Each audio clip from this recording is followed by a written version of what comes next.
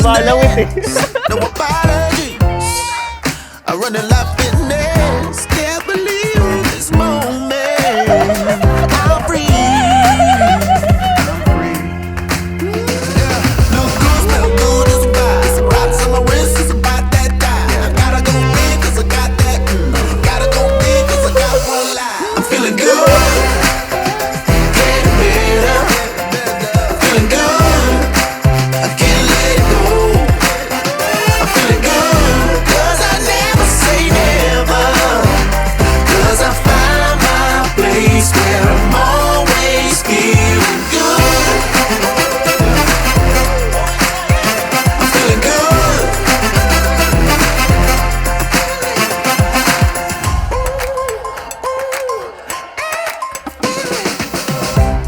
Let's get wild. Now nobody's business. All day, all night. Yeah, we running like a limb. Never ever leaving this moment. Come with me. Hey, Abby. Natatandaan mo pa ba yung day 1 nang nagkakilala tayo? Forest from a tree.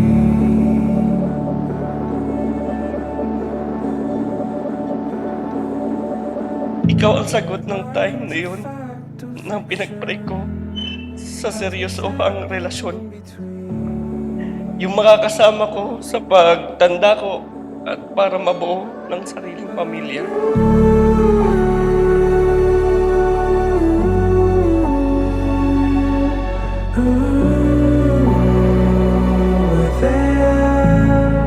Hazel, before God, before these witnesses, do you take Edgar as your lawful wedded husband? Yes po. Over there. Gabi, finally, one of our long-term goal is happening right now. Siyempre, before tayo dumating sa day na to, super daming challenges and unexpected events na nangyari. At alam kong alam na alam mo yun. But I know God is always with us. And that's what I'm really thankful and grateful for. Gusto ko din magpasalamat sa Kanya for giving you as one of my greatest gift. And of course, for giving 30 to us. But you were there.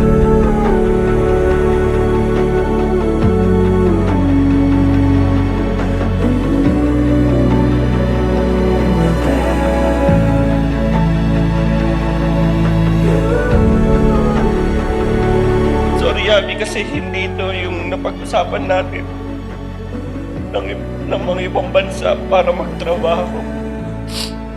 Pero kailangan kong gawin dahil gusto ko dumating ang time na ma-provide ko sa pamilya natin ang pangangailangan natin. Na ma-achieve natin ang dream natin sa buhay. I may not be a perfect partner at all times. I can only promise you to be the best version of myself and as your wife. Alam ko naman na it's not always a happy life, but I know with you by my side, walang hindi madali.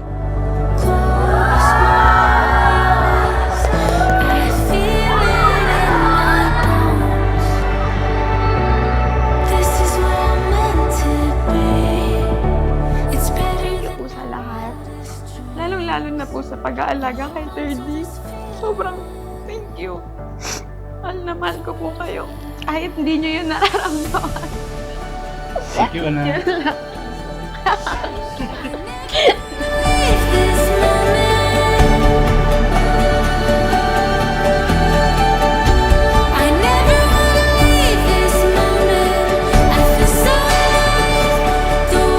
Ang babae daw minamahal, hindi sinasaktan.